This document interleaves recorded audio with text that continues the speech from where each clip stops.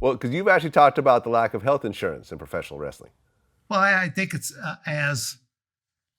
I was actually looking into health insurance at the time, and the ironic part is I could get health insurance as a cage fighter, but I could not get health insurance as a professional wrestler because there at that point in time, a couple of different professional wrestlers had filed for disabilities. They hurt their neck, they hurt their back, or whatever. They milked it out for whatever duration of time. When the benefits ran out, lo and behold, miraculously, they were healed.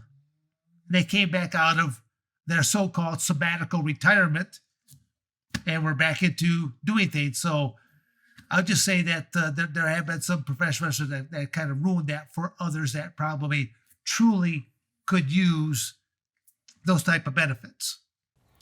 Right, because you talked about how there's a pension program for the NBA. There's a pension program for the NFL. Yeah.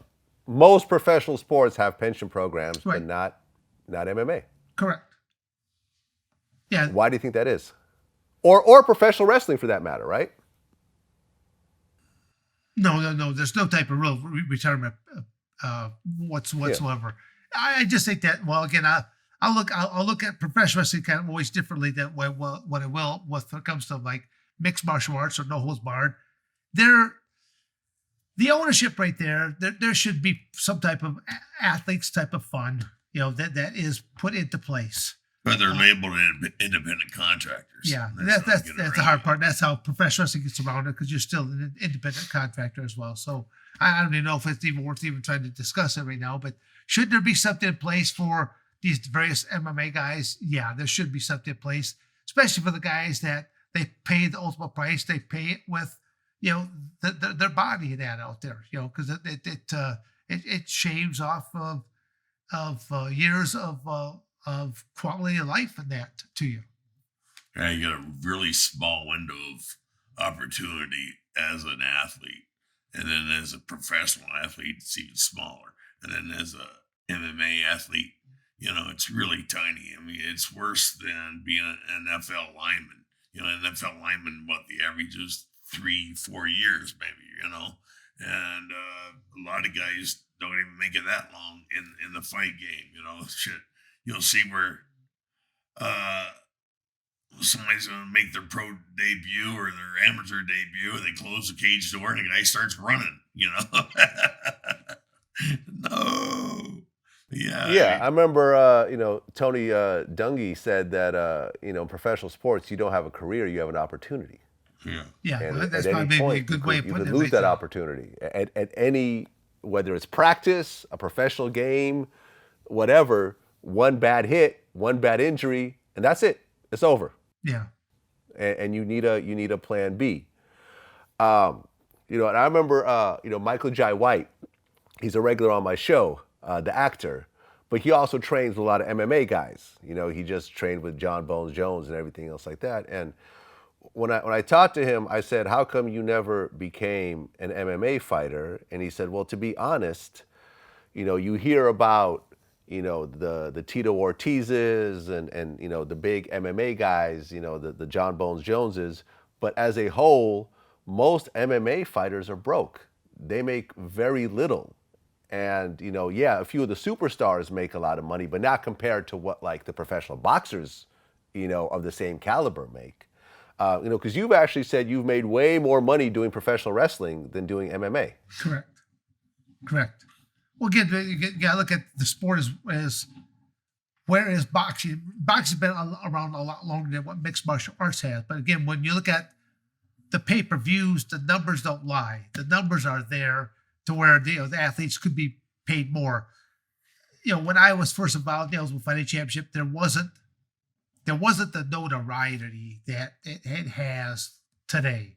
It was pay-per-view was not as prevalent as it is today. Back when I first started, pay-per-views would only be held at certain major cities inside of a state.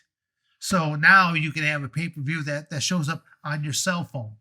And they offered you $500 going through the door, remember? Well, no, actually, $1,000. I always tell people that That's 500. Yeah. Well, basically, like my very first Ultimate Fighting Championship, I signed a contract that stated in black and white, in the event of your accidental death. Now, let's see. Only two things you can't do is bite a guy and stick a finger in the eye, technically speaking. You can take a man a lot of different ways and never violate those two rules. And my guarantee to climb into this cage was $1,000. And I signed it. Yeah. Well, this is a question for the both of you. Mike Tyson recently said after his match that professional boxing is a dying sport compared to MMA. Would you agree? Yeah. Yeah, because it's people want instant gratification anymore, and boxing, it takes a while to get that. Whereas MMA, boom, you get your instant gratification because there's so many ways to finish the fight. Playing off of the same thing what Don said, because in boxing, anytime that they start throwing a flurry of punches and then they get into the clinch, the referee comes in and backs them back on up and goes, no, fellas, we can't have any of this clinching, where the clinch is just part of the techniques and tactics that are utilized in mixed martial arts. So that's what I said, as Don was saying there, that grappling and striking, the MMA is really interesting to watch because you can win a match a lot of different ways. It could be that one punch. You've seen matches where a guy comes in and it's just one flying knee. Matches that have gone 10 seconds and they're done. Those are main events type things. And you have a 10-second match and it's done. So, yeah, I mean, you haven't seen that type of action since when Mike Tyson was a champion. Right. Correct. I mean, it was like, Mike Tyson, guys would be setting their drink down and look back up, the match might be done, And that was 90 seconds. I mean, right? And the fights Tyson would knock about in 90 seconds. And like you said, you've got these fights, they go, 3 or 4 seconds now, I mean, the fight I had, the first fight in the UFC, 8 seconds. And now they're going 3 or 4. I remember when Kid Yamamoto fought over there in Pride. They said fight, and he ran over, flying knee, boom, the guy was out. Yeah, I remember when I interviewed Zab Judah and I asked him that same question about boxing being a dying sport compared to MMA. He agreed as well. And he said the reason why is because he feels that MMA is a lot more violent. Whereas boxing, he feels as a former, multi, championship, world champion himself, he feels that boxing is a lot more technical. You know what I'm saying? Like you're trying, two guys standing against each other and they're doing everything within their power to not get hit and not get caught with a particular punch. Whereas with MMA is just a lot more violent and a lot more exciting to the people that are watching. Boxing is a hand-to-hand skill. It's a skill. It's a two dynamite athletes in top condition trying to diffuse each other, trying to make him, how do I make him drop his defense so I can land my shot right here?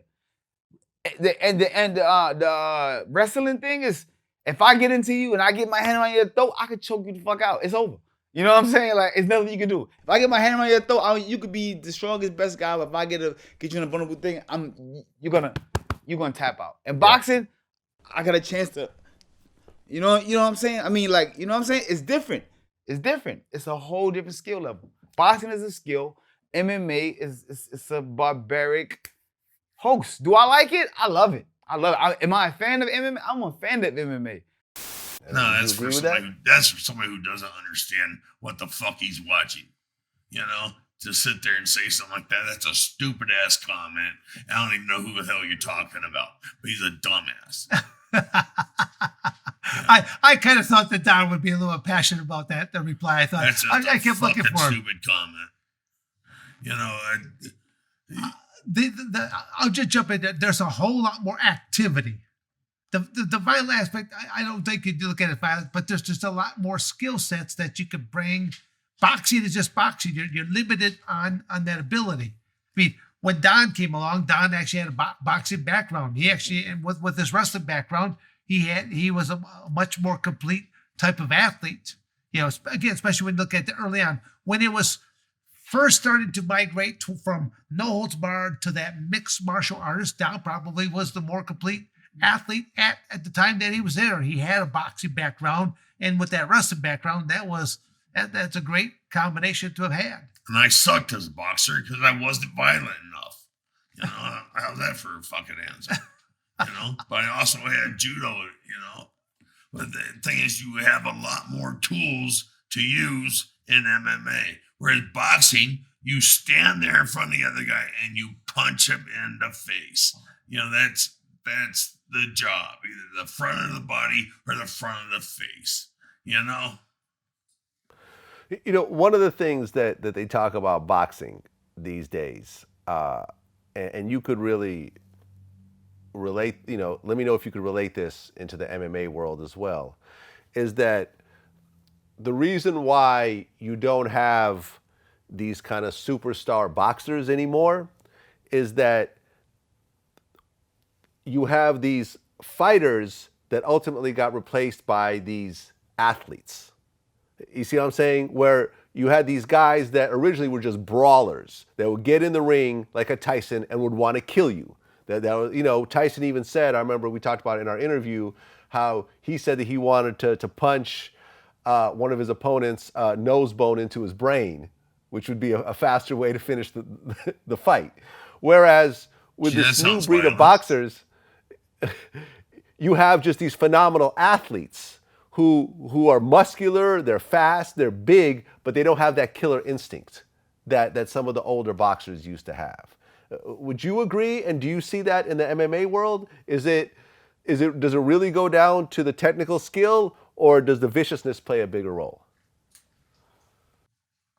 Viciousness always plays a big role, but we're just not as hungry anymore as a society. You know, going back to your first question, the feminization of America. You know, you used to fight your way out of the ghetto. And that's how it was. You know, you had the Jewish ghetto, you had the black ghetto, you had the Mexican barrio, you know, you had the white trailer park. People would fight their way out of there to become somebody. Now you can sit on your ass and get a check. You know, you don't have to, why go out and get punched in the face when you just get a check and get a free phone, you know, and do nothing. Yeah, and you know, a lot of people reference when I was talking about it is like the Andy Ruiz Jr. fight versus Anthony Joshua. You know, where Andy Ruiz was this basically fat Mexican dude against Anthony Joshua, who was in shape, athletic, and Ruiz just beat his ass just because he was more of a brawler than the other guy. Right, you don't have to be an athlete to be a boxer, you know, but you do have to be an athlete to be an MMA fighter. Okay, so there's no such thing as just someone who's just not technically spectacular in the MMA. Like it was just an animal. Because you know, like a Tank Abbott, I feel like I look at someone like that, and this is someone who may not have the technical ability, but he kind of had the viciousness. You know, I mean, Dan, you fought him. Tank was gassed up. You know, they say he never used gas. My ass, he wasn't juiced up. Come on, the guy was bench pressing 600 fucking pounds. You know, sit there and tell me, oh, I sit on a bar stool as I go over there and bench 600 pounds. Bullshit. And then they had Jesse Reed training for the Ultimate too. You know, they put all their money on that asshole. You know, in the first Ultimate and the second Ultimate. He was the guy they wanted to be their poster boy. You know, and it didn't work out for him either time. And, you know, and he's sitting there bitching and lying and shoving shit out of his mouth, you know, just spewing shit out of his mouth like it's the gospel. Okay, final question. And this is something you guys have always been asked over the years, but I'm going to just put it since I have the two of you together. Who has the better mustache? Did I not say that? I basically just said that just before you said that. I know the question already. Again, I give it to Don because Don has a much more bigger, bolder mustache. than what I have. I may not be as young, as youthful, and bigger, bolder, but at least I had the first one to step inside that octagon cage with the stash. Are you growing a mustache? It's blended. It's blended on in. It's so light anymore here with the color of my hair.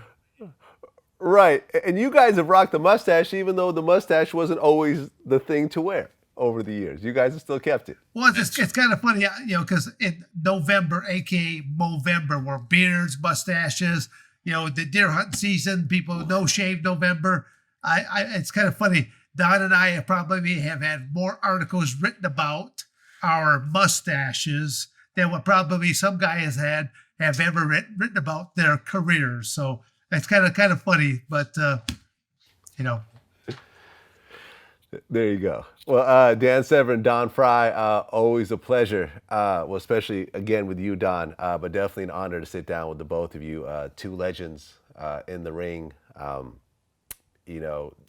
and really in an age of where people are trying to really play down masculinity, play down being a man, and so forth. You guys are really standing on your principles and saying that we're men. We got a podcast coming out called Toxic Masculinity, and we're not going to change up. We're going to be who we always were. That's right. And there's not going to be any pink carpets or any frills or any lace or anything like that. The only lace is going to be some broad bringing us drinks and rubbing our feet. There you go. Definitely an honor to sit down and talk to you guys. I wish you guys the best. thank you. Take care. Peace.